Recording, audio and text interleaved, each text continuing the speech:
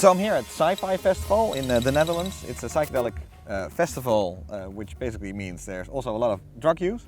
And in discussions I've been with people, I often take the position that doing drugs is like extreme sports. It's fun when you do it well, and there's a risk involved. And even if you do everything right, something can still go wrong and then you die. But it doesn't have the same sort of moral implications that it has for a lot of people.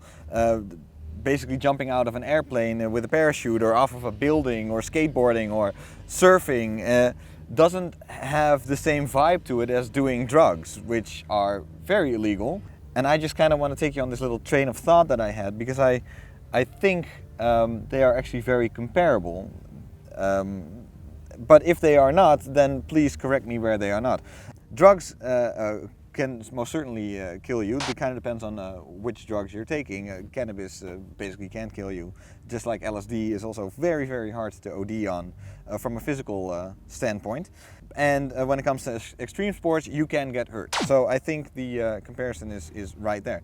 But then can you get addicted to doing extreme sports? Well, that's a kind of a weird one, and it comes to the heart of what addiction is. You can get addicted to gambling, you can get addicted to watching internet porn, but you can also get addicted to heroin, or cannabis, or alcohol, or smoking. So when it comes to surfing and skateboarding, yeah, I guess if you're addicted to surfing and skateboarding, you just do it a lot. You can still, not hang out with your friends, I guess, and be all, caught up in the whole thing. But the comparison is not completely fair, because if you want to get hooked on surfing, you need a lot of practice. You need a surfboard. There's some investment involved.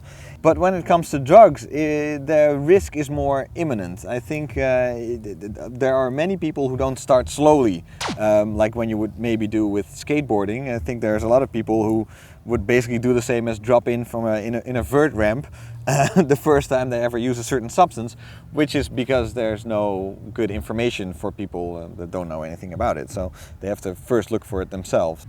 But then again, just like with extreme sports, most people who use drugs actually do so without much trouble. So what do you think? Is the comparison between extreme sports and drugs, is it fair, or is it completely wild and ridiculous? Please comment, but realize this is not a pissing contest, so please behave. Thanks.